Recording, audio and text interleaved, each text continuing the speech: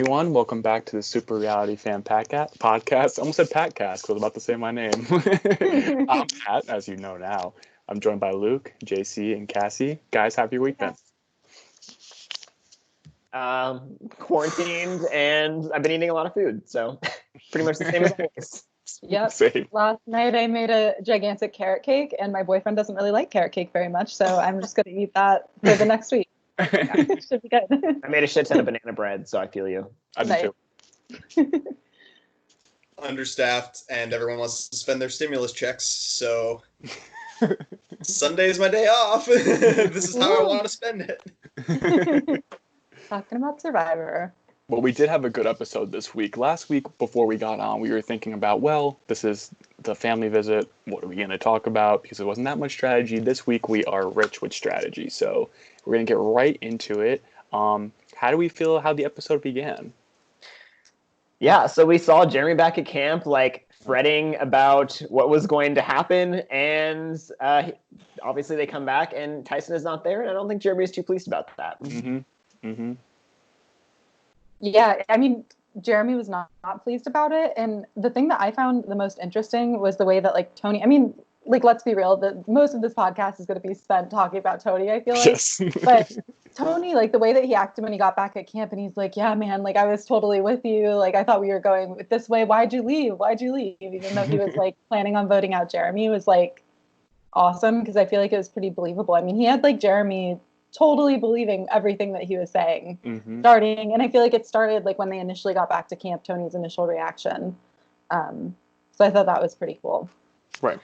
Yeah, I feel like a couple of people were kind of like cornering Jeremy, and they were like, oh, well, what did you think was going to happen? It was kind of like the way that, like, the interrogation was happening was kind of like, to me, it, like, from the outside, it seemed sketchy to me. It's like, oh, well, Jeremy, you didn't think you were getting voted out, did you? Like, what did you think was going to happen in that tribal council? And it's just like, it's just kind of like awkward the way the whole thing was phrased. But yeah, like Tony, saying he was going to vote for Sophie, and Jeremy put up.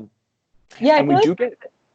Oh, sorry. I was just going to say, I feel like Tony's was, like, somewhat believable, and then I feel like the rest of the tribe was acting, like, mad at Jeremy, that Jeremy, like, foiled their plans, where, like, damn it, we had a plan to vote out Jeremy, and Jeremy left. It was just very weird, because they just were clearly acting very suspicious about the whole thing. I will say, like, that little scene with Ben where, like, Ben and Jeremy are just kind of, like, going at it, where Jeremy's like, dude, why'd you vote out Tyson? Like, Tyson was our shield. Like, I feel like I was irritated more with Jeremy in that scene. If I was Ben, I was just thinking, like, don't piss on my leg and tell me it's raining. Like Tyson was, like, Jeremy's shield. Like, Ben doesn't need a shield because he's not, like, that big of a threat. So for Jeremy to be like, oh, that, like, he was our shield. Like, that was our strategy. It's like, no, like, that was good for you. But, like, you're a big threat, and I'm not. And, like, that's what Ben basically said is, like, you're a bigger threat than I am. Like, I don't need Tyson as much as you need Tyson. So, like, stop, like, bagging on me. Yeah. And I think they're shooting themselves in, like, that, like, piss-filled foot now, because it's literally, like, at this point, they should be building a social game and a social resume, but they come back and they're trying to convince Jeremy that the decision he made was the wrong decision, like Cass was saying. Right. In the sense that he was going to go home. So why would you now play this advantage? It's the last time you can use the advantage. He, yes, might have shot Tyson in the foot in that same sense, but at the same time, he wouldn't be here in the final 9 if he didn't do that, which is up for debate, but definitely it would have not been a clear shot. So it's interesting that they're literally looking him in the eyes and telling him, hey, you're stupid for what you did, when it was actually the correct move, it seems like. So it's weird on their social games. And, I've seen a lot on, like, Reddit. I've seen some other podcasts. People have been talking about, does Ben get down to the nitty gritty? And does he just get, like, hungry? And that's why his social game kind of flares out. And it's around the same time I looked back in Triple H, Final 8, Final 7, that he started, like, getting a little more eccentric, a little more erratic. It's not a coincidence to me that, 4 weeks into a game, you might be a little hungry, you might be a little tired, and you might just, like, start to lose your patience with people. And I think Ben really is starting to lose that patience, which is fun, but... Yeah. And I mean, Jeremy was saying, like, everything that Ben does is, like, driving me insane. Like, up until this point, like, Jeremy and Ben had seemingly, like, worked in tandem. And, like, all of a sudden, it's like, Jeremy's like, I hate Ben. Everything he does pisses me off. And there was, like, a secret scene. It was kind of posted later in the week. I don't know if you saw it, but it was Ben was talking about like what it was like to be at war, and he was like telling some war stories. And he was saying like, when it gets down to like final 8 and final 7, like that's when things get like turned up to 10. Like that's when like shit hits the fan. And he basically said like it's going to be miserable from here on out. Like every vote is going to be tough. Everything is going to be hard. Like everyone's going to be really emotionally distraught. So I do feel like, especially in the modern game, when Final Four is kind of like the end of like the strategic part of the game, like these are like the last critical votes that like you have to nail these votes in order to win. Right. Yeah, and I mean, I think going back to what you guys were saying about just like the lack of social game here with the players, I can't help but think that part of it has to do with the fact that Jeremy wasn't at Tribal, so they can kind of like it becomes more hearsay on like what exactly happened at Tribal, and it's like less, like perception is reality, and it's less cut and dry. If Jeremy had been sitting there the whole time with an immunity idol in his pocket or something, I think it would have probably played differently, because you could like see the way that Tribal Council shook up, but Jeremy wasn't there to see Sophie be like, us 5, like let's just go over there and discuss our plans. He was like totally absent through the whole thing. So I think there was more room for them to be like, no, like you were totally fine, buddy. Like we're good. We got you. Exactly. Than it would have been if he like had sat there and seen like what transpired at Tribal. For sure. Yeah. Kim in this episode is basically just like kind of saying what you just said, which is like, you were not at Tribal, but like Tony is not with us. Like right. It was so clear at Tribal that it was like 5 against 4, and like it would have been 5 against 5 if Jeremy had been there. We have like a little very small scene between Michelle and Kim where Kim is basically saying like, you, me, Denise, and Jeremy are screwed, and Michelle is like, this is too much chaos, like we can't play like this, like something like we need to like stick together. But yeah, this was definitely like a chaos filled episode, and I mean the last one was too. And like these are not the kind of play styles like Michelle and Kim are like used to playing with. Like Tony is just like plays, I don't want to say like on a different level in terms of like being better, he just plays on a different wavelength. Like he plays chaotically, and like he has played an entire season like that. So like he knows how to do it, whereas these people played in maybe like just slower seasons. Yeah. That seems to be, and it kind of is the motif of this episode. We can see in the season going forward. But Tony, who is notorious for having tricks up in his bag, now has a trick in his bag. But I think the biggest trick in that bag he's had all season is that chaos that he can just deploy when he sees fit. Whereas on his season, there was a lot of game bots, and there was a lot of people who were also chaos characters, like Cass, Spencer, in some ways like Trish. But now he's like, I don't have to play that way, and I think he realized that after Game Changers. And that loss might have been the best thing that's happened for his game, win or lose, coming out of this season, is that he learned how to harness that energy. And we just see crazy amounts of confessionals and crazy amounts of gameplay in just this episode alone. That point towards it. Yeah. That's a fun fact in and of itself. He had 3 more confessionals in this episode than Natalie had in the entirety of Samoa. Crazy. The winner of that season, granted, of course, Russell was there, but she won that season, and Tony has, that's like insane. Yeah, absolutely. Yeah, so I guess next thing we see is that we see the Tony finding the idol scene. So I've always wondered, like, can people look for idols when it's pitch black out? Like, does the camera provide any light? Or, like, is it even possible to find an idol when it's dark out? But, like, yeah, Tony proves that, like, not only is it possible, like, it might be the best time to look. He says specifically after Tribal Council and everybody is tired, like, that's a perfect opportunity because everybody is, like, knocked out. And he manages to like even like send Nick away kind of like on a wild goose chase where he knows the idol is not. I was super impressed with even just like that little like social maneuver to like make sure that he was the one that found the idol. Right. Yeah, that was really impressive to me. Just like quick thinking, where I think a lot of people would have maybe had a breakdown because it's like, oh shit, Nick's caught me looking for the idol. Like now I have to like share my idol with him if I like find it. But Tony's way of being like, oh man, like I haven't looked that way. You go over there and check all of that stuff, even though he knew that the idol wasn't there, was very impressive.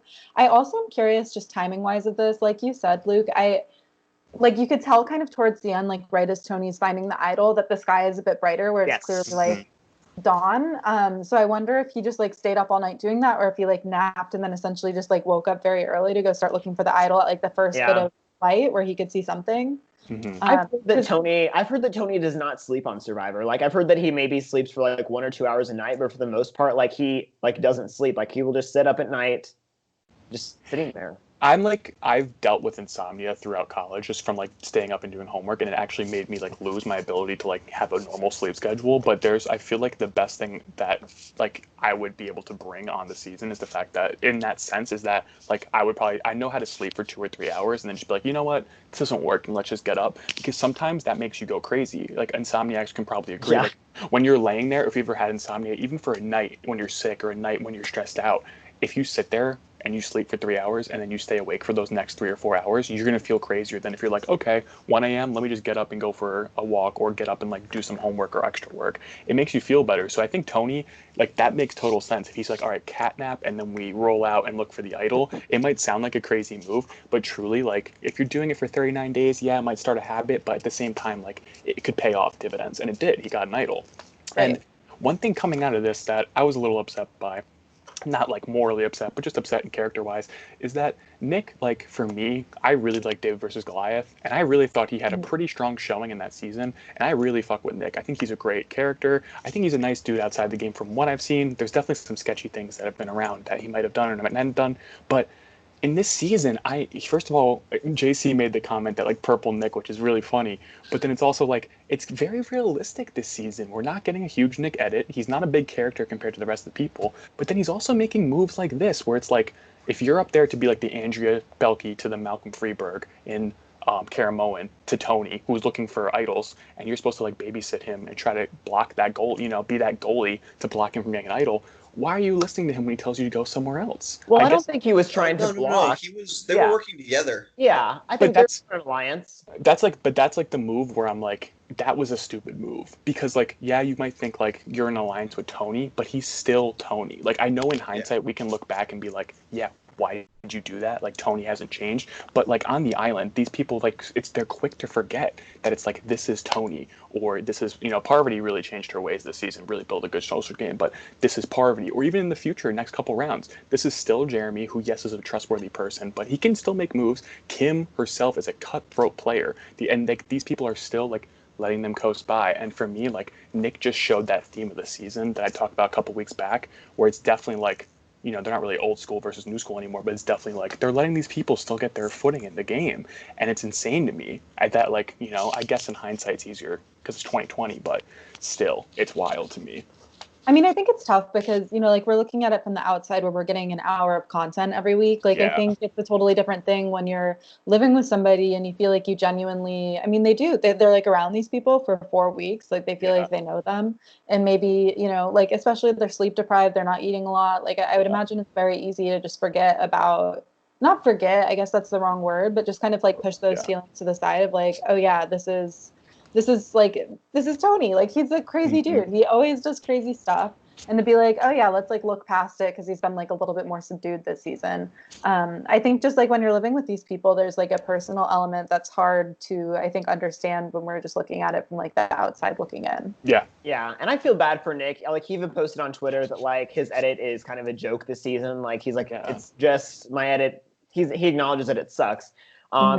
And I do think that, like, we haven't necessarily seen him and Tony having a super close relationship, but, like, Tony chooses to pull Nick over for this move later in the episode. True. So, obviously, there is, like, a pretty deep level of trust there. Like, Tony didn't think, like, Nick would, like, run back and tell anybody, or else he wouldn't have told him.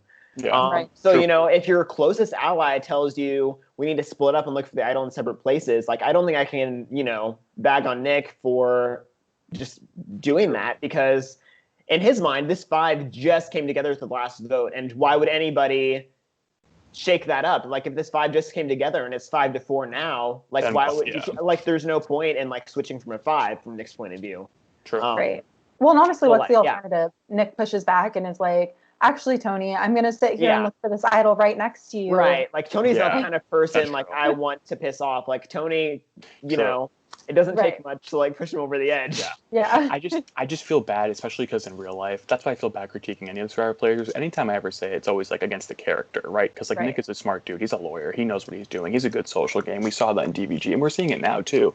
But it's also like I feel bad because he like deleted his social media after posting that post, and I just feel bad because like yes, someone had to get that purple edit because someone like isn't going to get content when Tony's getting this ridiculous amount of confessionals. Yeah. But it just feels like mean, he just played so recently too, so he can't like go out there and deploy the same techniques, but it just sucks so soon after the last time.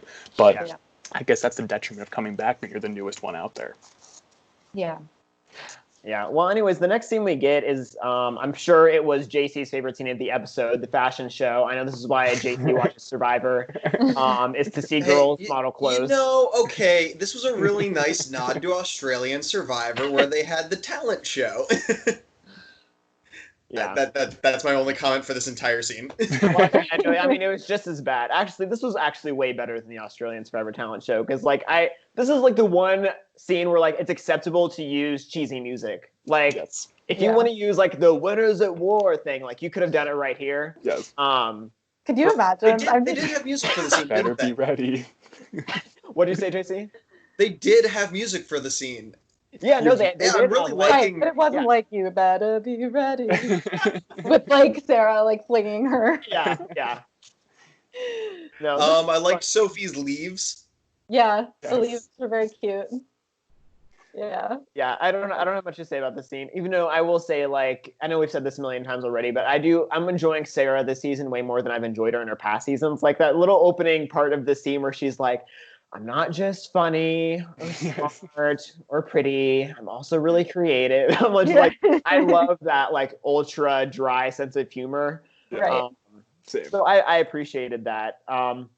It's like fun to see people when their guards are down a little bit, even like with Sophie. I think especially her first time around, like was definitely more like game body where she like had a mission. Sure. Yeah, versus this season she's been a bit more social and you can like really see it coming through in scenes like this.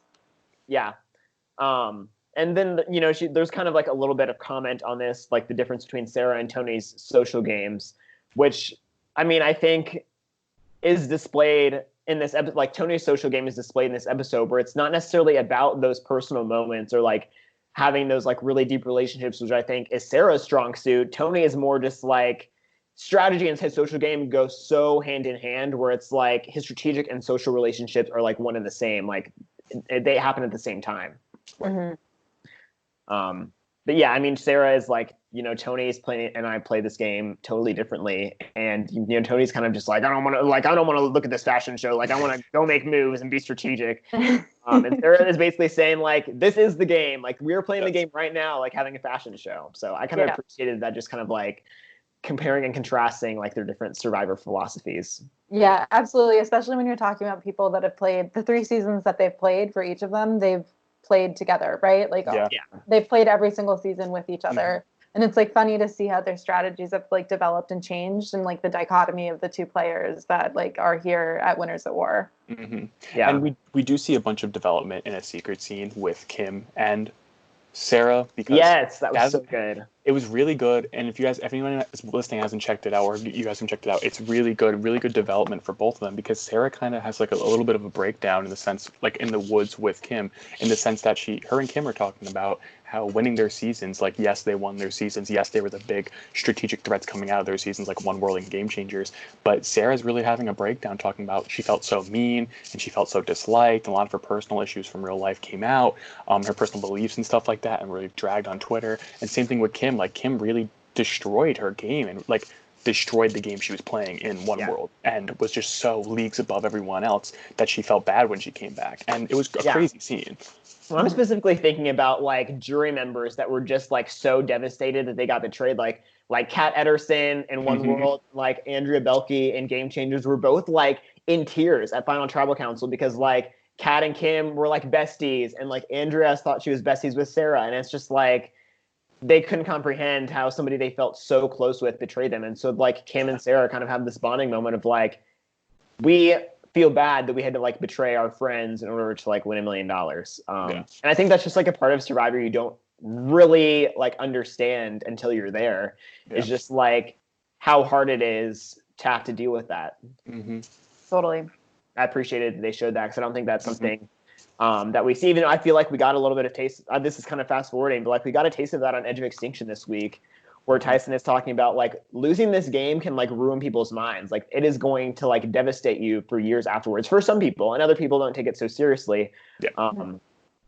But yeah, we just like don't understand the full gravity of the game just watching at home. Definitely. Yeah, I think it's been interesting just in general this season. I feel like there's been more overlap between like the game of Survivor and the real world. You know, like we're seeing all these real life relationships that are coming in and having an impact on the game.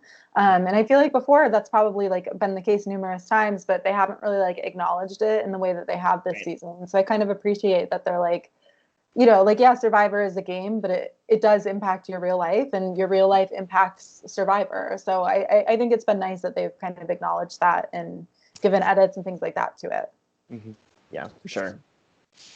This is backtracking a little bit, but yeah, after like the fashion show scene, Tony is basically saying in confessional, there's no point in keeping Jeremy around. We have to get rid of him because he's too likable to take to the end. Which is, on my rewatch, was an interesting confessional to take note of, knowing that Jeremy stays this episode. So anyways, there's this whole scene of Tony BSing Jeremy, saying, oh, like, we were going to vote for Sophie, like Sophie was going to go home. And Kim basically says to his face, he's like, I think you were going to vote for Sophie. Or I'm sorry, I think you were going to vote for Jeremy. Like, you weren't going to vote for Sophie. That's a lie. Which I was like, I really appreciated Kim being so bold, because like she is sitting next to Jeremy right now. And this is showing Jeremy, like, I'm not just like trying to bullshit you. Like, this is not just me like having a private conversation. Like, this is me standing up for you, like right now in front of Tony, like showing that I don't trust him. So I appreciate that she did that, because I think that was a good move for Kim. Mm-hmm. Yeah, absolutely.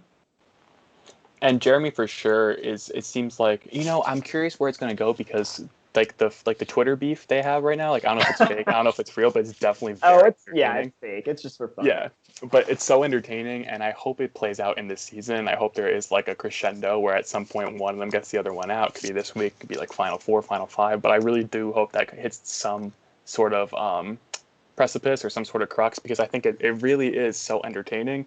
And I think the real battle lines might be between Kim versus Tony in the end. Yes. But I think I like the facade of it being Jeremy versus Tony, because I think that makes Kim look good. I think it protects her a little bit. I think she's playing a really smart game this time around. Better than One World, because she's playing against these crazy people who have already won. Yeah. As much as we talk about like how much Tony's game has changed, I think like just by the nature of the season, like Kim could not play the same game she played the first time either, because she was in control of like, I don't want to say mindless idiots, but like whatever the next step above that is. And like, these are definitely not mindless idiots. And so it's just interesting seeing how Kim like basically had no choice but to play from the bottom in this game, because she had such a target on her back. Whereas Tony's was a little bit different. Like, he could have played chaotically, but he like chose to play like kind of soft and just like trusting and patiently. Yeah, Kim has definitely switched up her game too. And, you know, we have a scene of her telling Denise, who seems to be her number one, like, that she knows that Tony is playing double agent, and like that she like wants to get him out, but like they don't know if they can do it. But anyways, did you guys think that there was any interesting like foreshadowing with like Adam and the sale this episode? What do you guys think of that?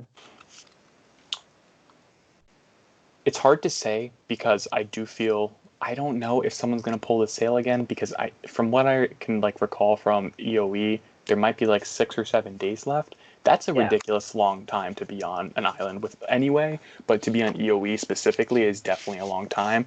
I felt a little bit of foreshadowing. I definitely think the editors were doing something there. I don't know if it's necessarily maybe he like falls in the challenge and can't like, you know, loses some time because of it. There's definitely some other foreshadowing. I can't remember if it was last week or this week with like Yule meditating by the sale. I think they're showing a lot of emphasis on that sale. To me, I don't know if any of them pull that sale, but you know what can kind of go into that theory of him pulling it is Tyson saying, hey, like, you know, this game has an effect on your real world implications. Maybe Adam, you know, gets emotional for some XYZ reason and decides to do it, and then, you know, maybe he's talking about the backlash of that, and the editors decide to put that in. But there's definitely something there for sure. Yeah.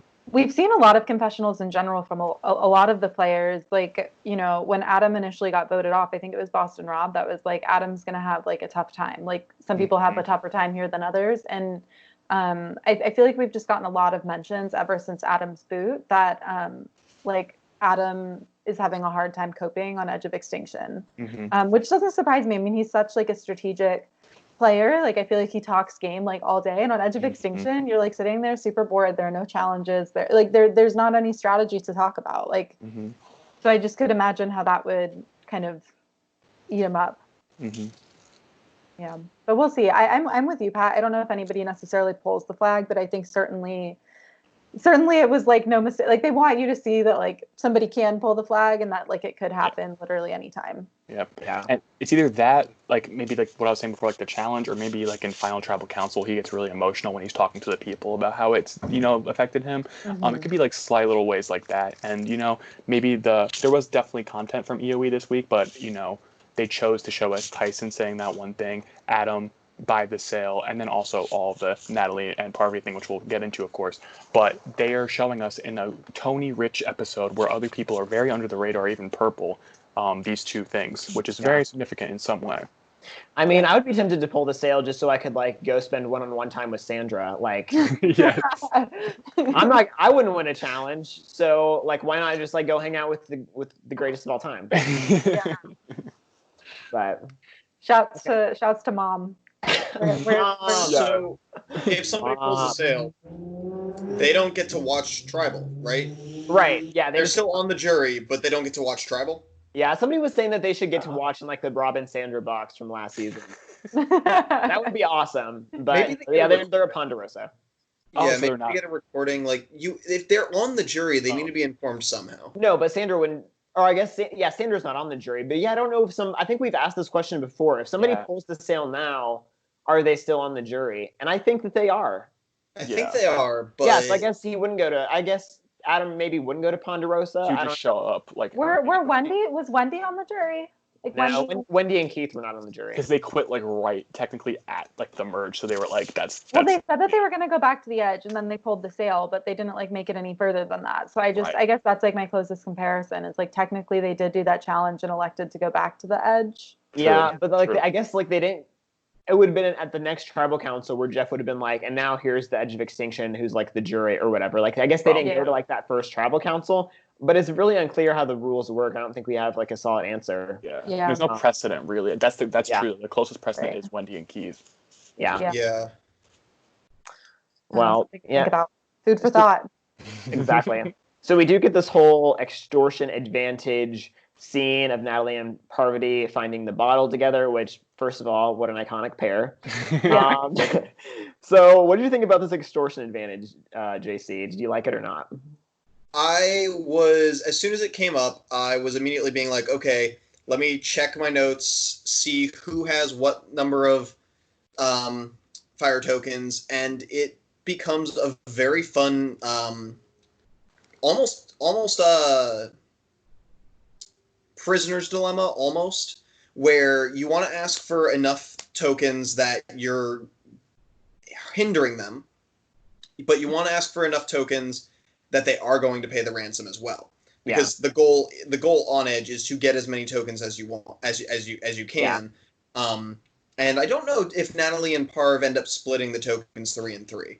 I gave Natalie credit for all 6 because she found the clue and she found the extortion, and she was the one who sent the extortion. So I gave her the full credit in the point breakdown, but we don't have enough time in the episode to show everything. So I spitballed 5 tokens, and they went with 6, and that was probably a good medium. You don't want to, and then this isn't something that came up in our chat. This is something that came up in my my college group chat.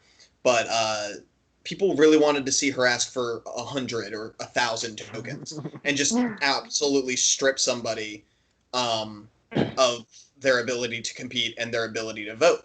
And that isn't that strong an advantage. You want the tokens more than you want to hinder. Exactly. Yeah. Your only goal right now should be to get back in the game. Right. Yeah. Period. Absolutely. So 7 might have been doable, but 8, 9, 10, absolutely right out. You're getting too greedy. Yeah. I thought 6 was a little too greedy. Yeah, I was like, I agree. They put a lot of faith in Tony to be able to get 6 tokens, which like, I think, obviously they chose the right person, but like, honestly, if that was me, and if it wasn't, a 5-4 split, like if that was in a more like safe majority, I don't know if I would ask people for their fire tokens. I might just be like, hey guys, like I can't vote tonight, but you have the numbers without me. They don't know what the dynamic is, but like it was in a very precarious situation where like it was a 5-4 at the time that he got the extortion advantage. So like I don't want to say they got lucky. I think they obviously chose the right person. But like in a sense, they did get lucky that it wasn't just like one person was on the outs and everyone was going to vote that person out. Yep. Right. Yeah, I in general like this twist though. It added some like chaos to the game, and I think the fact that they picked Tony to extort was fun. Yeah. Like I think many, like you were saying, Luke, I think like there would have been quite a handful of other players that would be like, I'm out. Like I'm just not getting I would have too. Yeah. I would feel so awkward like asking people for things like, oh, like I don't want to bother you, but like could you possibly like spare a fire token? I'm so sorry. Like it'd be so awkward. Yeah, for sure. They picked the best person for TV. Hands down. And I don't know if that went into the decision at all, but I think as a first-time player, which they're not, but as a first-time player, I would definitely be trying to make a couple decisions for better TV to make sure that I'm a shoo-in for a second-time player, right? A production A. But like Winners or they have no reason to be throwing the TV card in this scenario, but they did pick the best person for TV. Well, I mean, I think you just have to pick the person you have the most faith in. Like, I would be picking, like, if I was them, I would pick, like, Kim or Tony because I know that they can get stuff done. Yeah. You know, like, they have relationships, and maybe not Kim because she's been a little bit more ostracized. So I think, like, maybe even Tony or Sarah would have been two good choices. Mm-hmm. But I'm going to foreshadow a point that I'm going to make in a later segment and say that Tony had already decided he wanted to save Jeremy at this point. It's possible, but he did have like a confessional where he's saying, well, I guess it was kind of vague. He said, I was going to go to the opposing alliance to get tokens, but I guess I don't think he ever said like specifically in the confessional what the opposing alliance was. Yeah. But yeah, that's true. For that, yeah, for sure. Yeah, but really, I was surprised like how easily people gave up tokens. Like, I mean, obviously they had so much to cram in this episode, but we basically just see like 10 seconds of like him with Nick and him with Ben. We're just like, can I have a fire token? Sure, yeah. Right. I think that might be what Nick's talking about too, because people probably definitely like destroyed him on Twitter or like any sort of social media for that. But in reality, like we were just talking about before, I'm sure at least 10 minutes of conversation went into this because it is a social currency in the game. He's not just going to give you a token without, laying out when am I going to get it back? That one of those first 2 or 3 tokens you get, I need to be the one that gets it if you ask for other people. I'm sure they laid out the details of it. And again, we just didn't see it. And that's not Nick's fault. It's the fault of we don't have an hour and a half or 2 hour episodes for the season. Right. But I think also, like we haven't really seen players use their fire tokens very often unless it's, like this advantage that they're getting from the edge that they can purchase. So, in that vein, like you might as well build up kind of this like social bond with Tony, who can be kind of a chaotic person. You like don't know where he's going. Like it's probably not a bad thing to have like Tony owe you a little bit. Whether that's like socially or strategically, like whatever, like I think it's not a bad idea to have Tony like owe you a token. I mean, that was Jeremy kind of had a mindset of like I have to have Tony on my side. So if I give him a token, that might make him feel like I trust him even more. So and I totally understand why Jeremy gave him a token because like what else was Jeremy supposed to do? Like this is like in his mind, the swing vote that he needs. Right. Meanwhile, Nick and Ben are not going to be receiving any advantages from Edge. They don't have anybody there pulling for them, and in particular.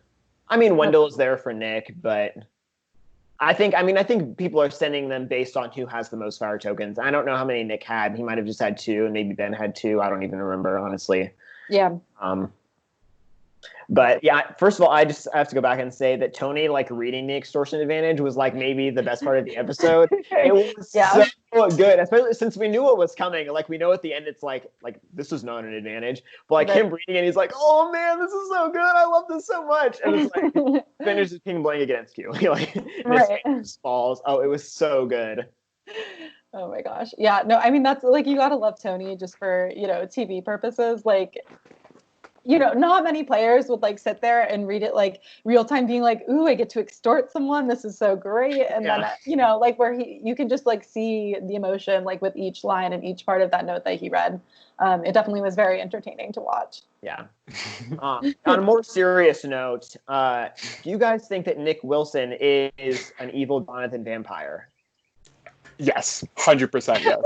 Also, can I say, I forgot, and this might be a really hot take, I forgot how much I like Donovan. Like, I really liked Donovan in that season. Not strategically. I just thought he was like a cute dude that was just like on the season. And he was just like he's adorable. a nice guy. Yeah, he's like, and like it really is a good juxtaposition between like this adorable little Southern man and then this like really, like strategic, like pointy tooth vampire dude. I was like very into that. I mean, they Teeth do. are They very do pointy. for sure. He does. I look like never noticed that. I was like, are my teeth that pointy? Like, I don't think so. I don't feel like that's a normal amount of offset for your canines. I feel like Nick and Jonathan both do like the hair swoop, where it's like a combed over or whatever. I don't like know. upward. Yes. Yeah. Also, we do. I don't know if you guys mentioned it when my Wi-Fi cut out. We do get tree mail in this little section here. Yeah. Wasn't that like that was very off-putting, but a nice little addition they added in. I think it was because Tony had to like do the extortion by the immunity challenge, so it was kind of just like a reminder of like the timeline. But It was nice. Yeah, that was a nice little touch to shout out to old Survivor. Yeah, shout out. Yeah, because tree mail is still going on every single, almost every day. Yeah. usually I miss when we would get non-challenge tree mail, where it would just be like, "Hey, here's what today's looking like for y'all. Bye." Yeah. I only can remember that from season, I think 4 or 5. It really wasn't a recurring thing. I mean, we have cut out tree mail. We've cut out like the introduction music thing. We've cut out introducing the jury, and these are all things that I'm fine with getting rid of, just because like I would rather see actual strategy.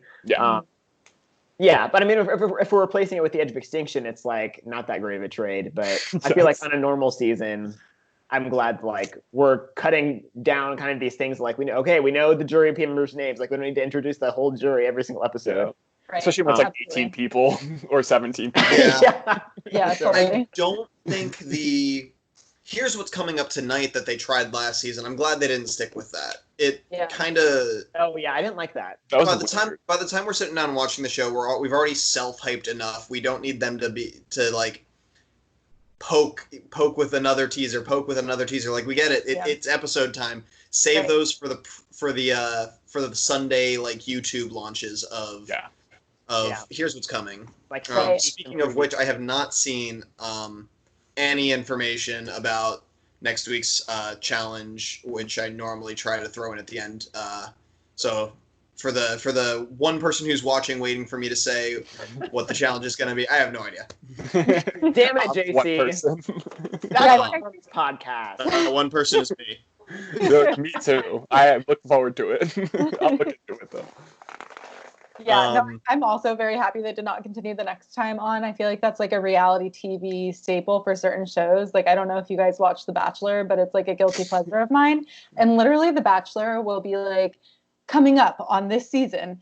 And then it shows like a 5-minute montage of like what's coming up on this season at the end of every single episode. So by the end of the season, you're like, you've seen the same shot of somebody like saying this one line, like, bring it home to us, Peter, like every single fucking week. And I'm like, I understand. Peter's mom says this. We don't need to be reminded of it every single week. Like, it's a lot. So I'm just very happy that Survivor does not do that. Like last season, it was a little bit weird. So can I ask? It's cool. Yes. Is there an Edgic in The Bachelor and Bachelorette? Like, is it like a winner's edit? No, I don't think so. I'm less intense about The Bachelor. I just kind of like sit there and drink wine while watching. I don't like analyze it so much because I don't think there's much to analyze there. Other than like Bachelor has to be the most spoiled show. The Bachelor has to be the most spoiled show that exists, right? Because in their contract, they can't break up until the finale airs. Yeah. Right. But then there's also like Reality Steve who just like leaks all of it. But last season, he did not know the outcome, you know? So like sometimes he's wrong or doesn't know the outcome. But most of the time, like if you want to know who like the winner is, you can, like it's not hard to figure out who it is. Yeah. Yeah. Sorry. That's enough of an aside, but I love it. Shouts to Bachelor fans out there. Let's make this a Bachelor. Yeah. You can do like the same thing as our Big Brother concepts, but I have no idea what The Bachelor is, so I like that maybe. But. Oh my gosh, that would be so fun. What a ridiculous. Not for us. Yeah. It's really weird wanting to talk about like all these seasons of the challenge that I've watched in the last month when Noah's not on here to like rebut. But one thing I've noticed about every single one of their seasons is they give you they do previews of a bunch of the cool challenges that they've got coming up. Right. But it shows you what players make it really far into the Right. game. So, case in point, for the season currently airing, we're about to have episode 5 on Wednesday, and the elimination for episode 5 they previewed is this game where you've got a ball and there's a goal in the center of a ring, and you've got to get the ball into the center, or if you're the defending player, you have to knock the ball out of the ring, whichever happens first. And this time they're making it really dangerous and lighting the ball on fire. But and so they preview that's what the elimination challenge is going to be. But at the start of the season, they showed you a bunch of challenge clips, and you know that Jay plays this challenge. Oh, and Jay's been in the first. Jay was in the first men's elimination, and Jay was in the second men's elimination. And Jay is in the third men's elimination. And it's just like. So you know that he's winning all of them basically because you see him in a future one.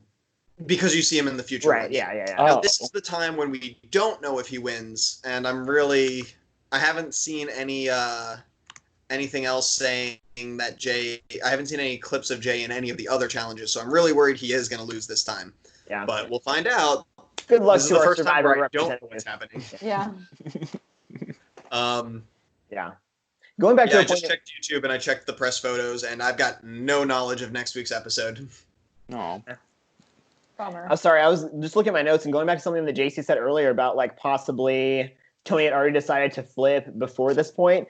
I wrote down like I haven't given you all my evidence. I want to slow roll this. Okay. I mean, I just found a point in my notes that supports what you said.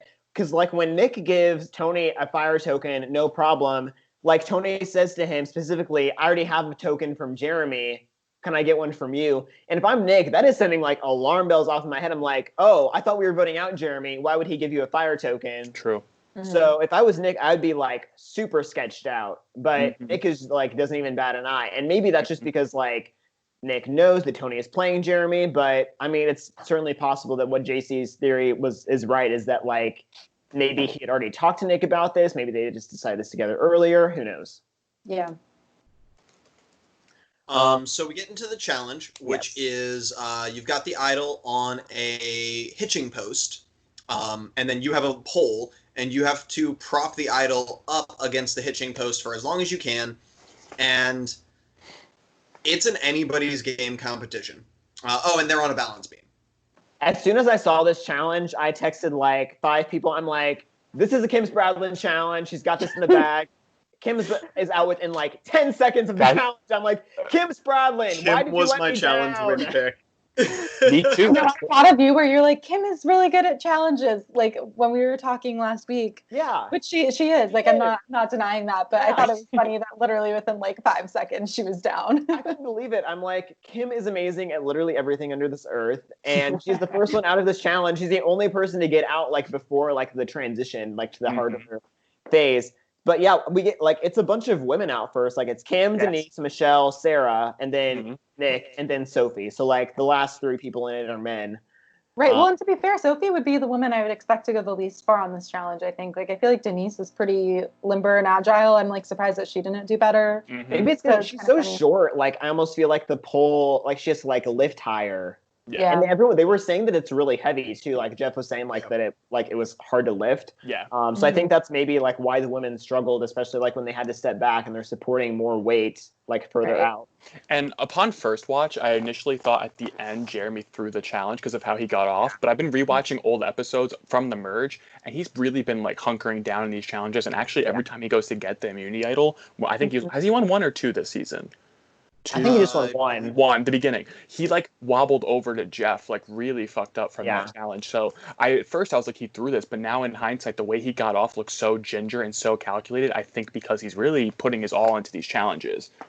Yeah, I saw on Twitter that he said he did not throw it. Yeah, that's what. Yeah, so it's definitely not, and it's definitely makes sense. Like he knows. It looked like he was about to pull a Joe and pass out. That's I agree. Yeah. Like it looked like he was about to drop. On the other hand, my second piece of evidence is Tony wanted to throw it to Jeremy. Did he? Yeah. If you watch the last clip, his response to winning is like, no. Yeah. No. I did not want that win. That's true. Well, I think in addition, Tony probably didn't want that win. Like the counter, like playing devil's advocate, like winning 2 immunity challenges in a row. Like he already has a big enough target on his back. He doesn't need to start going on an immunity run. He does get 2 fire tokens back, and I know this was, people were asking, like, I wonder if he paid anybody back as soon as he got these 2 fire tokens. Like, did he pay his debts? We don't know. And it's he got fire tokens from 3 people who are the 2 ones that he paid back. Yes, could he just like throw them up in the air? It's like, all right, whoever grabs it, you got it. I have fun trivia from this challenge. Are you guys ready? I'm pulling a JC on the week where we don't have any press photos. So this isn't necessarily a challenge. It is a challenge question, but not specific to this challenge. Okay. So Tony won no immunities in Cagayan. Obviously didn't win any in Game Changers. But he's won 2 so far in Winners at War, 2 in a row. That's not necessarily important, but it is still a little fun fact. So my question to you guys is, which returnees have won multiple immunities in a single season after not winning any in their original season? So my example for that, of course, is Tony. Won 0 in Cagayan, but he's won 2 in Winners at War. People can do this multiple times if you played in 2 seasons after your original of not winning any. Wow. There's a lot. There's a lot. Yeah, I know there's so many people. It's a really interesting trend, too, that I'll tell you guys after you guess a couple, and then I reveal the rest, because it's really interesting to me. Cochrane is on the list? Cochrane is. Yes. Do you want me to tell you if you get them right away? Yeah.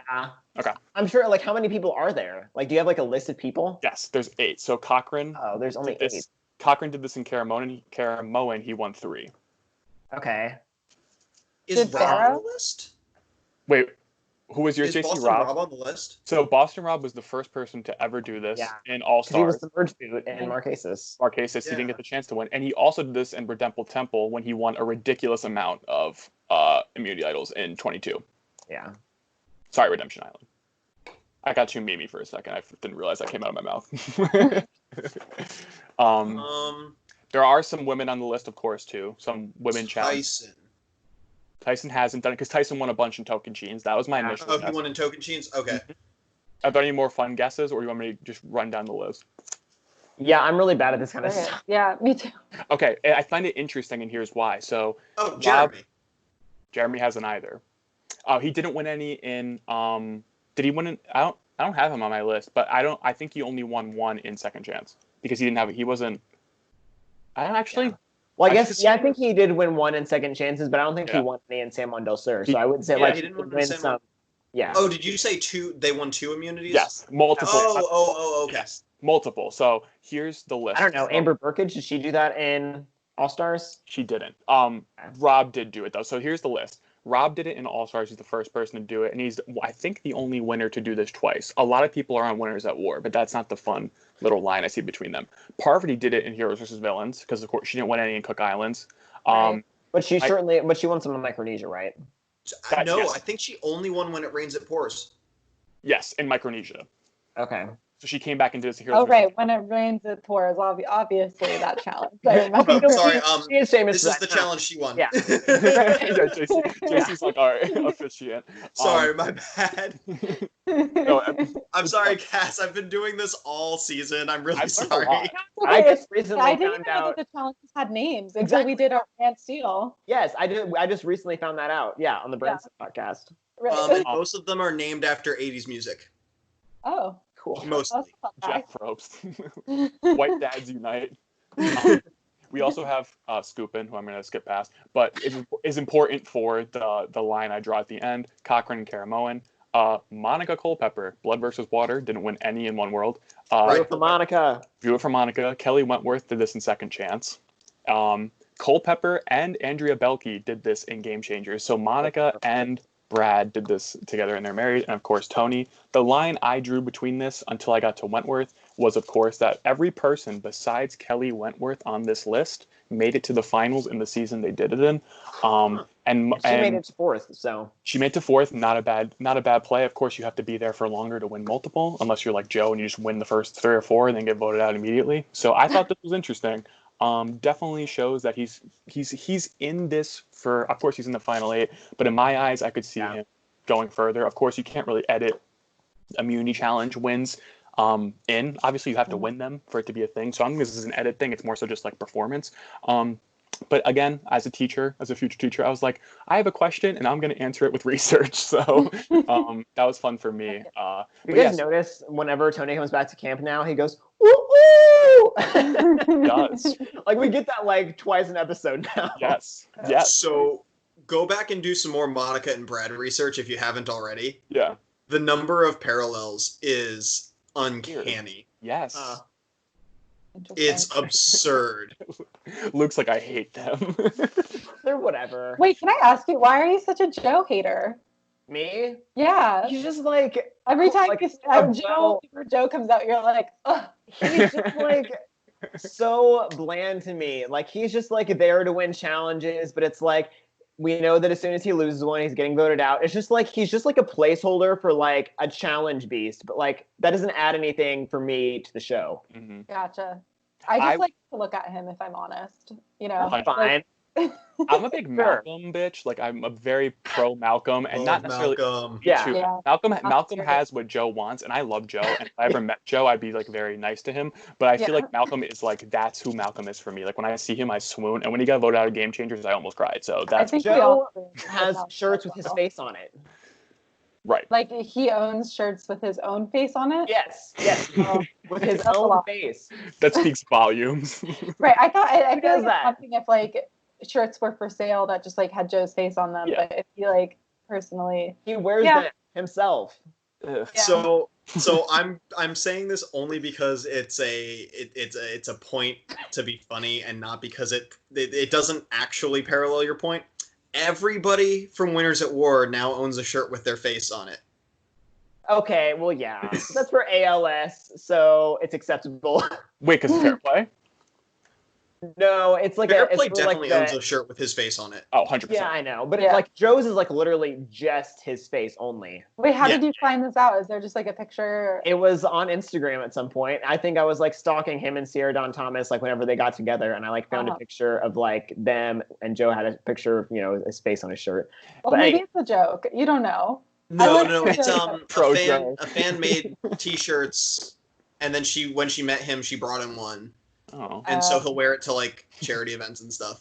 I'm a hopeless romantic, so I love it. Also, infamously, the first Survivor I followed on my Finsta was Joe Anglem. Don't know why. I was just very into like his ranch and Wait, his back ranch. up. Do you have a Finsta? I do have a Finsta because I I'm thought a that Gen was- Z.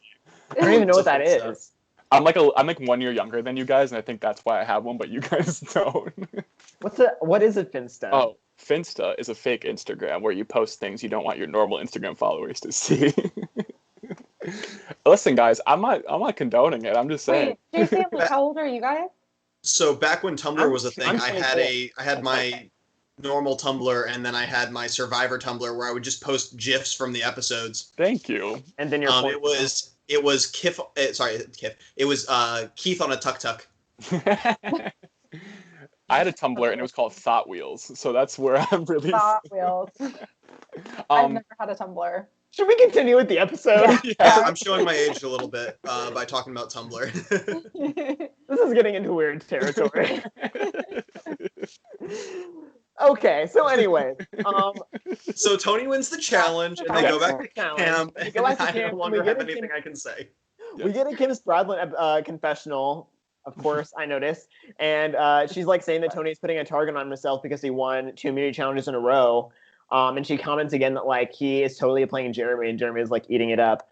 I'm starting to feel, I had up until this point, like for the last like 4 or 5 episodes, I had felt like Tony is winning this shit. There's no question. Like his edit is amazing. But now I'm like, is this like the peak of his edit? Like, is this where the edit was leading?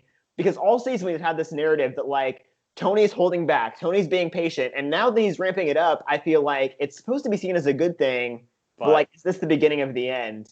Yeah. And like that Kim confessional made me think like, is this all too much? Like, was he playing good and now he's like ruining it for himself? Mm-hmm. I don't know. I feel like Tony either plays the idol next week and is safe, or he goes home next week with the idol. Like, I feel like if he plays the idol next week, he will win the whole game. And if he doesn't play it and gets voted out, he's like obviously losing. But Yeah, I mean, it'll be interesting looking forward because I had asked you guys the question last week, like, do you think if Tony went behind Sarah's back and voted out Sophie, if Sarah would still work with Tony? And we're definitely going to see that play out next week. Yes. And my prediction is no. Like, I don't think Sarah's going to want to work with Tony. Yeah, like, I see her being like the leader of like an anti-Tony coalition and like trying to get Tony out. So it's going to be interesting to see how it plays out going forward, because I agree. I think like Tony's in big trouble for next week.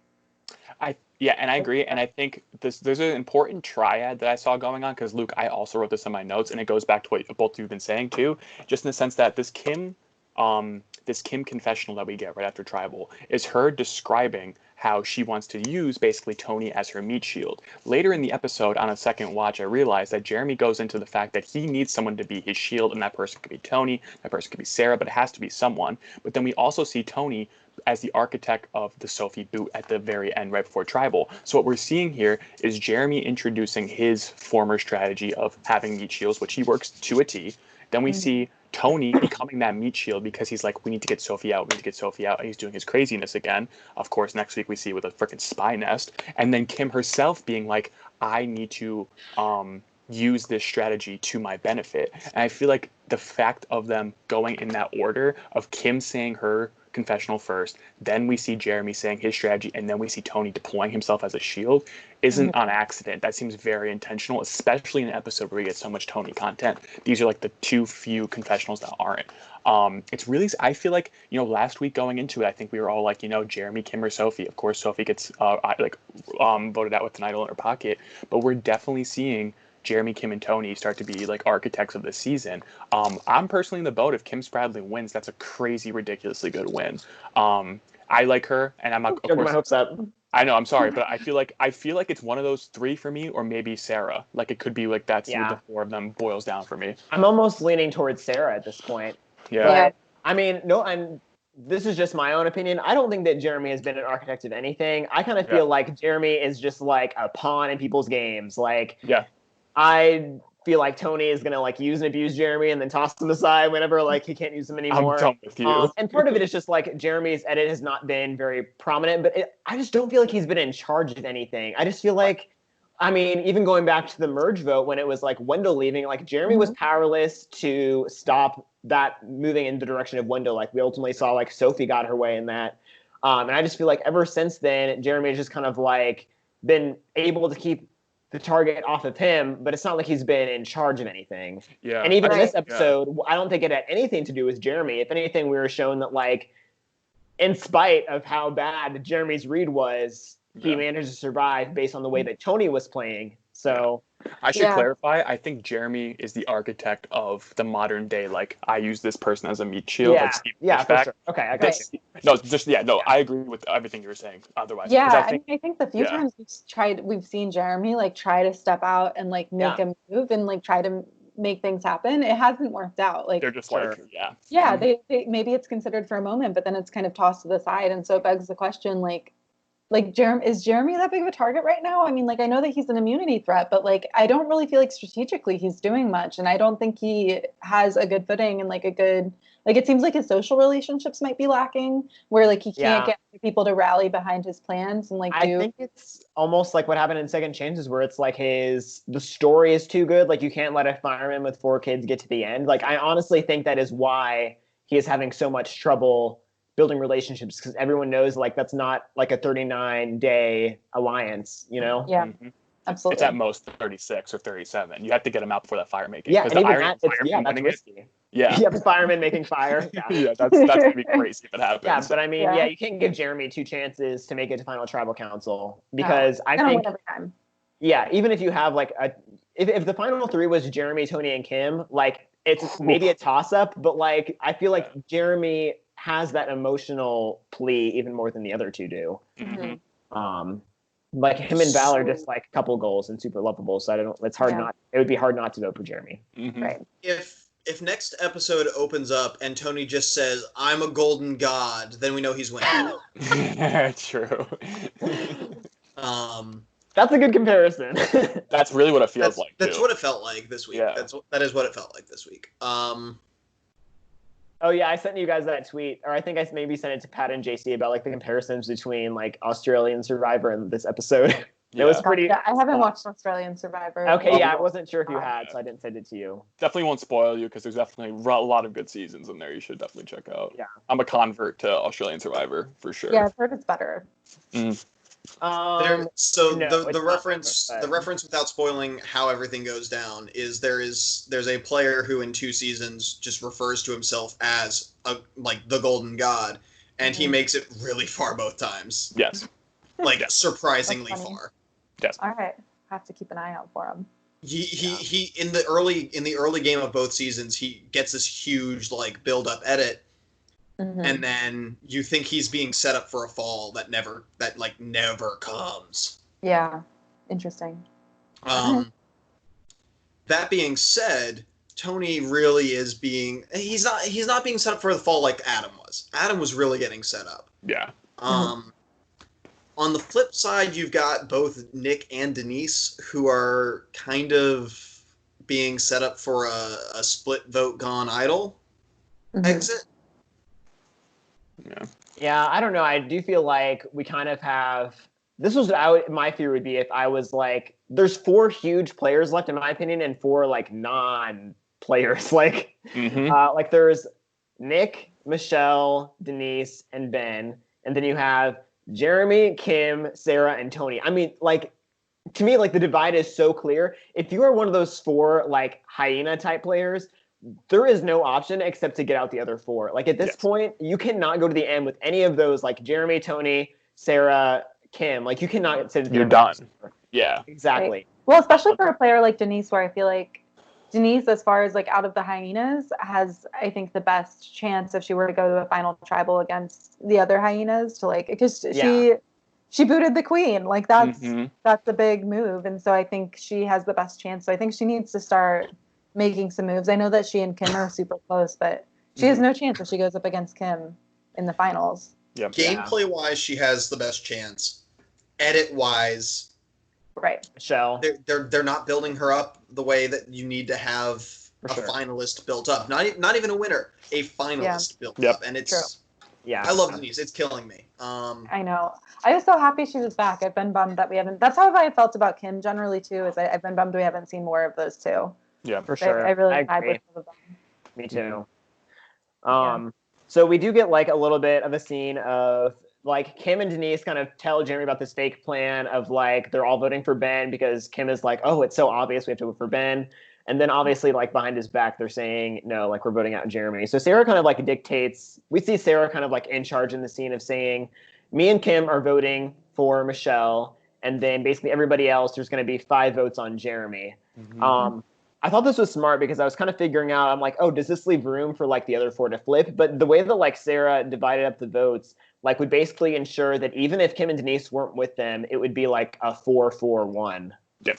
So I thought she was just really smart and kind of, when you're in that majority position and you have Kim and Denise kind of on the bottom, you do have to make sure that even if you have all of the numbers there, you have to split it up in a way that doesn't leave room for them to flip on you. Obviously, what she didn't see coming was that her own cop partner was going to actually be the one to flip on her. Right. But I mean, how could you have predicted that, Right. Yeah. And when he's played not like that at all for the previous, however many days of the season. And we do get this token Sophie confessional of having an idol, which we always get when somebody goes home with an idol or plays it. And it did kind of spark something in my mind. I'm oh, is she going to either misplay her idol or is she going to go home with an idol? Surely not. But yeah, we did get that kind of token confessional of her saying, oh, I have an idol and Jeremy might have one too, and that's why I have to split the votes. But it did kind of stand out in my mind. Yeah.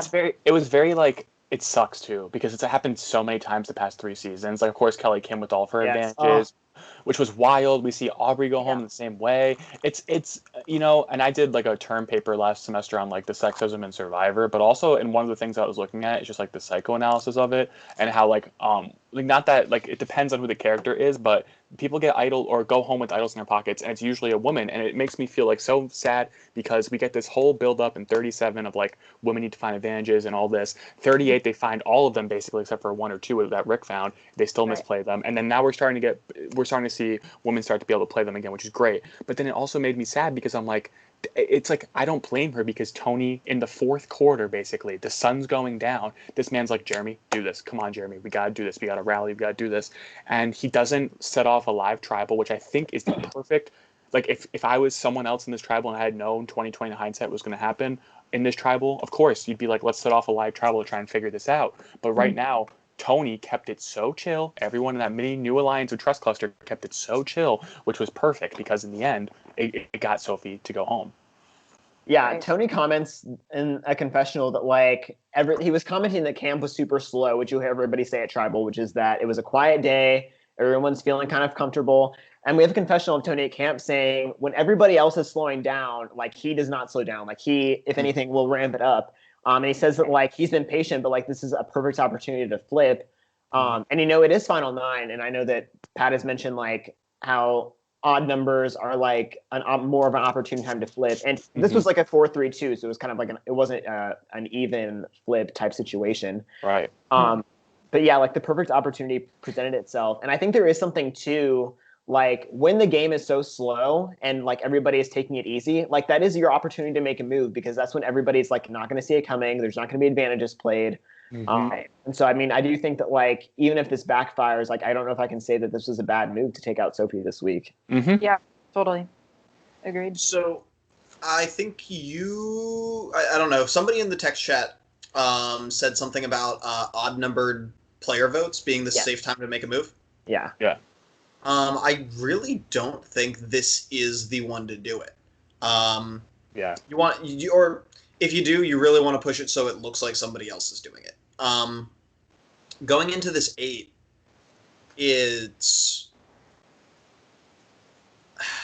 we've got a potential 4-4. We've got 2 or 3 potential 4-4 standoffs, and it's just so up in the air. 7 is much simpler. Tony has an idol, so maybe I think that's another reason why he made the move this week, is like, even if things blow up in his face next week, like it guarantees him safety. Plus, he's been winning immunity challenges. Right. Immunity run Tony? What? And yeah, I know, that'd be weird.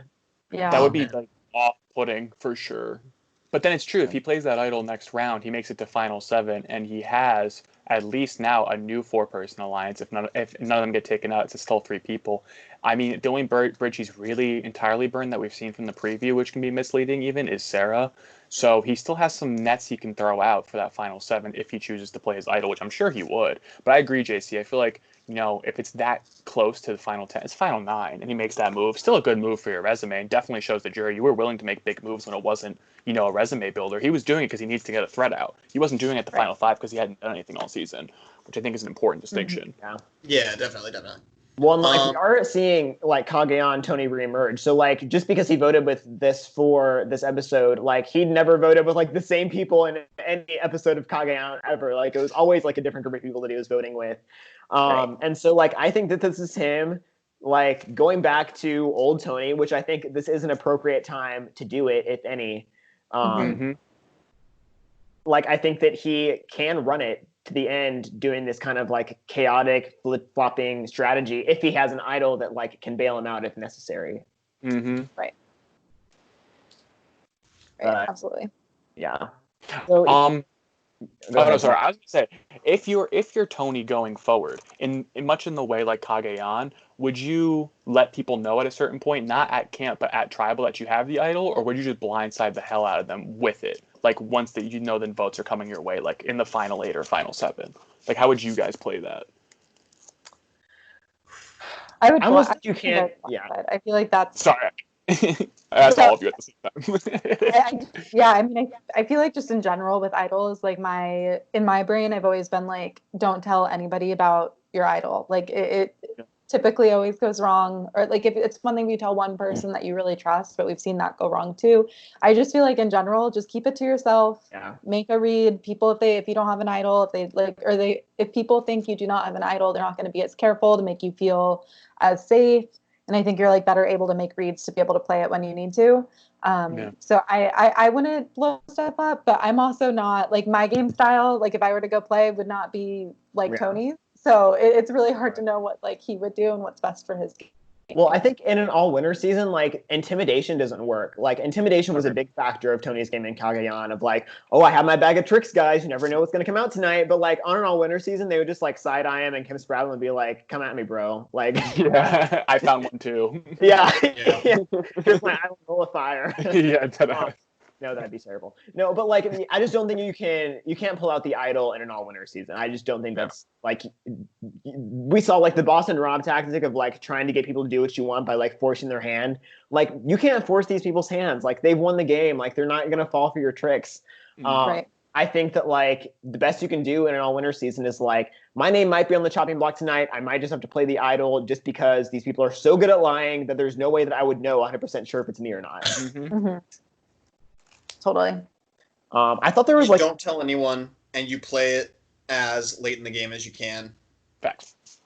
I don't know if I've said it on a call that Cass has been on, but I stand by the fact that like Sophie not playing her idol, correct play. Yes, it means that you're going to Edge of Extinction. I get that, but if you needed it this week, you're probably going to need it at Final 5, which is the last time you can play it. Sophie less so, because if she plays it correctly, in this instance, it really, really solidifies numbers for her, which would lead to a season of steamrolling.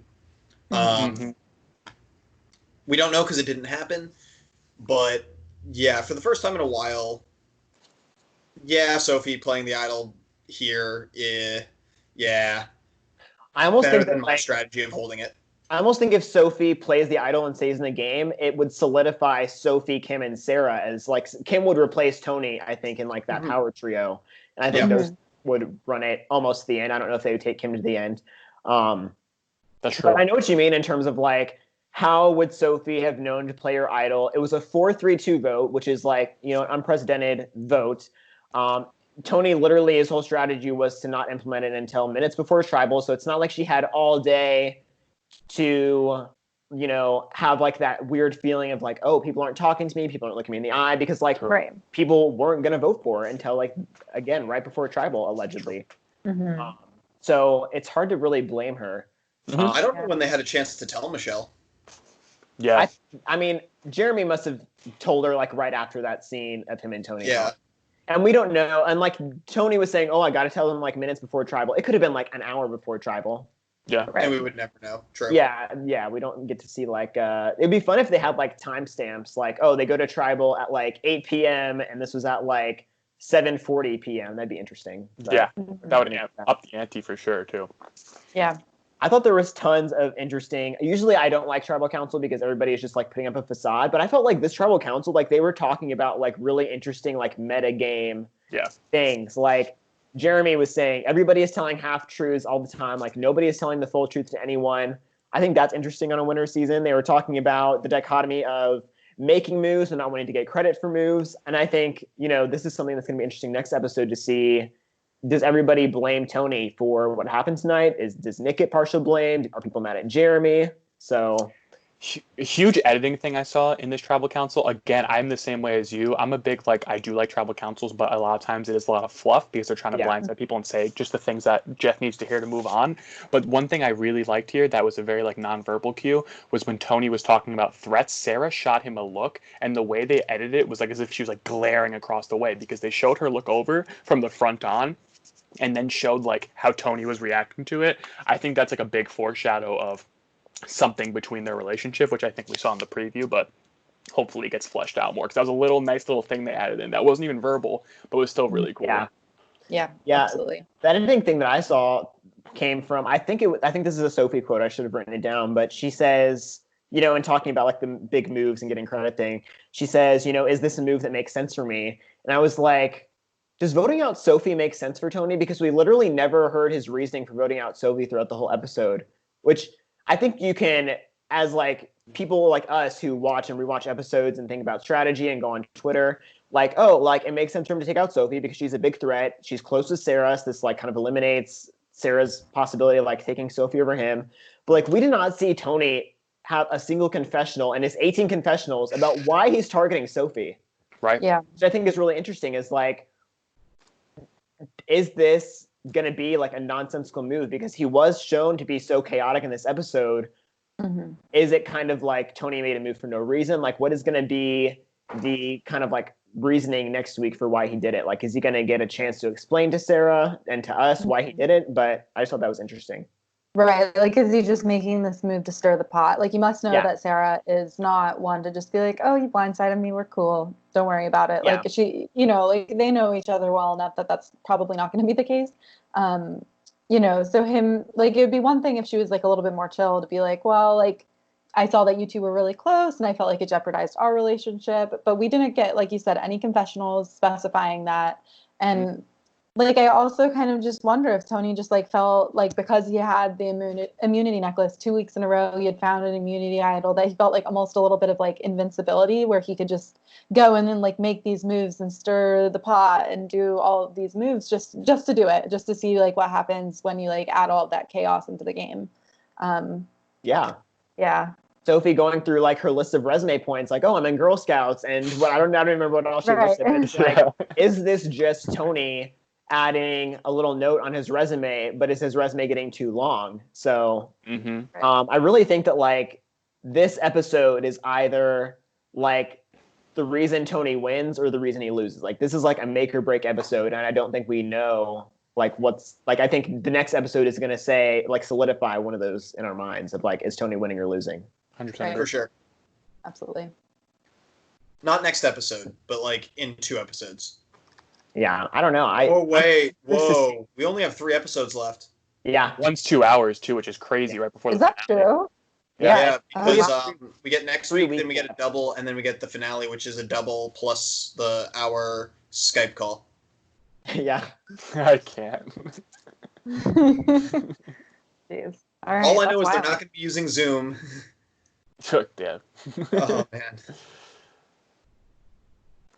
But going forward, we have Sophie getting voted out, and then we also have the next time on, which usually not a big fan of. I like getting a little teaser, but I usually am more of a fan of like the little preview we get in the middle of the week.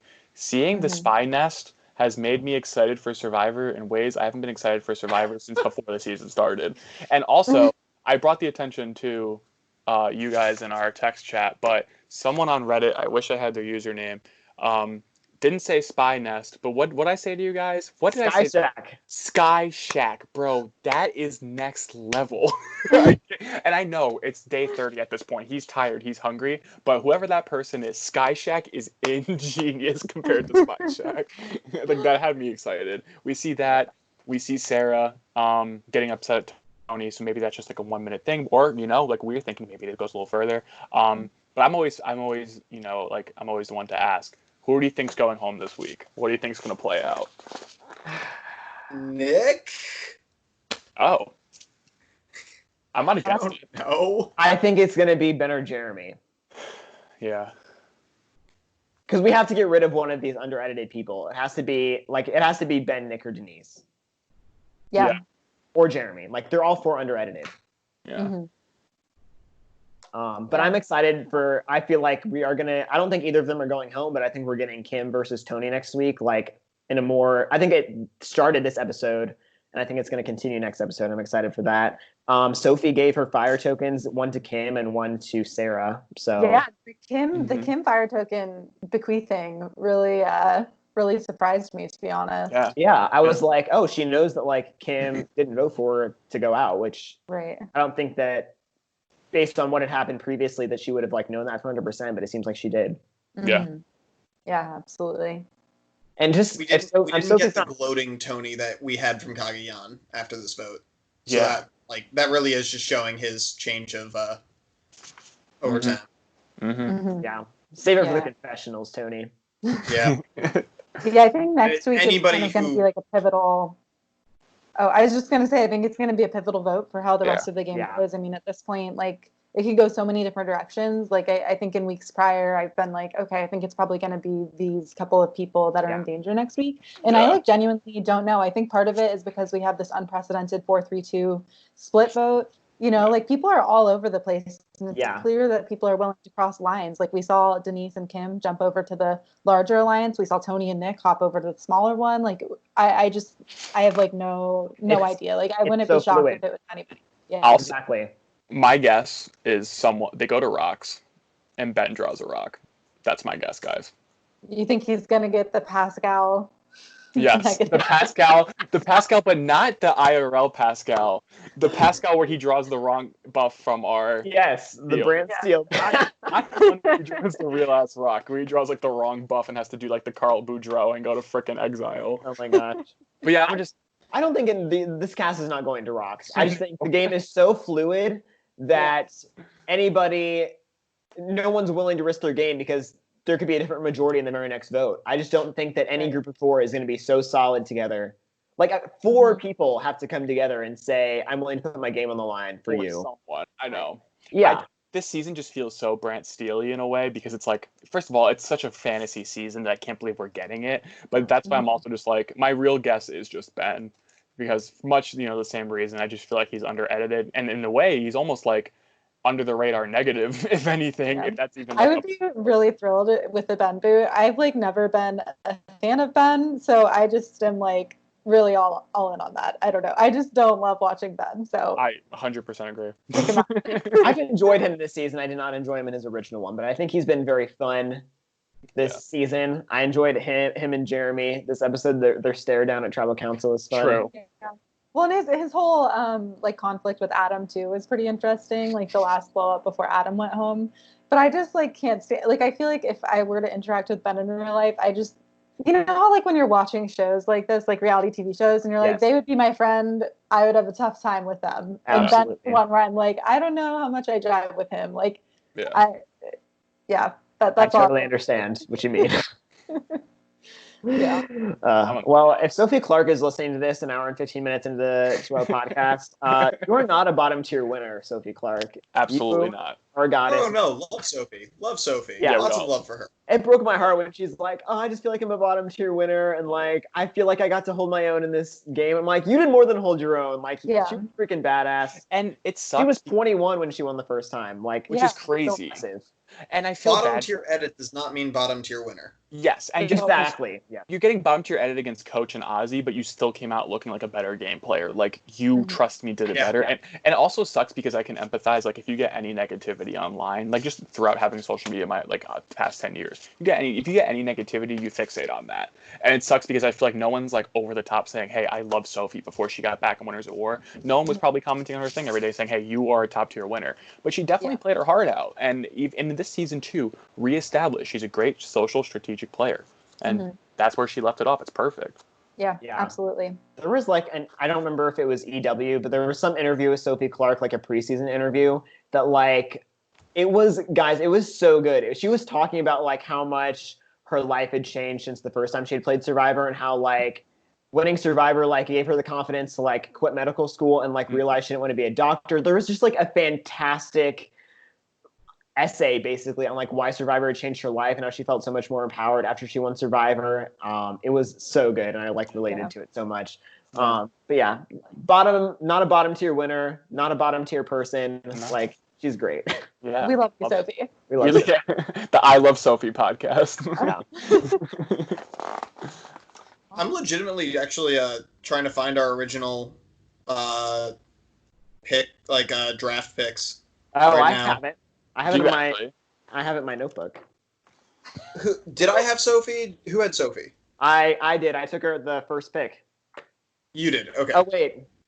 Yeah, she was my first pick.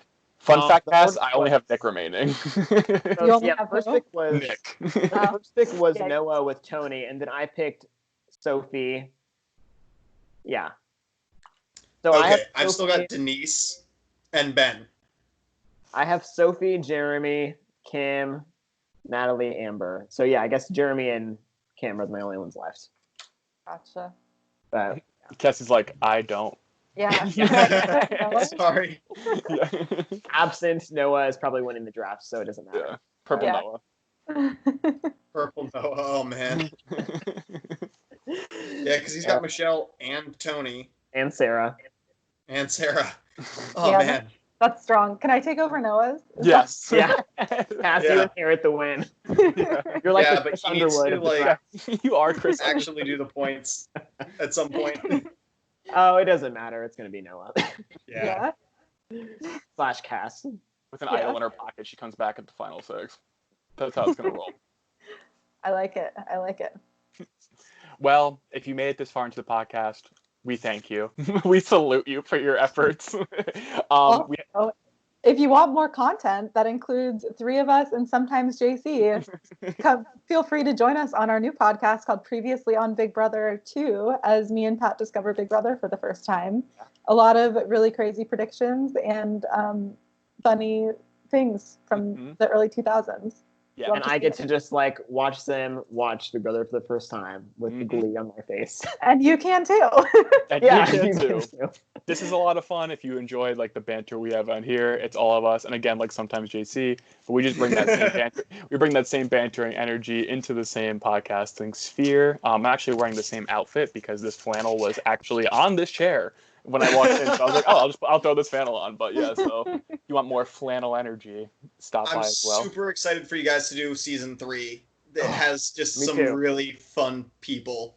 That's what some people said on Reddit when I posted it too. They were like, right, that's the One of season. my- That's the season that my favorite person ever is on. So yeah, it's a great cast. I don't know if you're being sarcastic. No, my favorite person ever is Danielle from season 3. Okay, yeah. So I I'm love not supposed to Danielle spoil- on we're not Yeah, supposed to spoil no his spoilers. Ah. I know. But yeah. So if you guys want some more content, we have that there. We also have a bunch of rewatches we'll probably do over the summer because, of course, we're probably not going to have, obviously, we're not going to have Survivor. Hopefully, we have some sort of Big Brother content. But if we don't have that until the fall or further beyond, we'll still be bringing you some rewatch content or first watch content on our Big Brother podcast. So stick around for that. Share to a friend if you know anyone that wants to get some cool Big Brother or Survivor content. We're going to be doing a lot of work, and it's been a lot of fun, guys. I'm glad out of, the darkness of 39 grew this little podcast, a little community, and it truly is a little fam, so it's nice. Yeah. Guys. But yeah, so leave comments of any Brant Steels or future seasons we should rewatch, or just leave any comments giving us some good feedback. If you really made it this far, thank you, genuinely from the bottom of all of our hearts. And tune in. We'll see you guys next week. Bye, guys. Bye. Bye. See ya.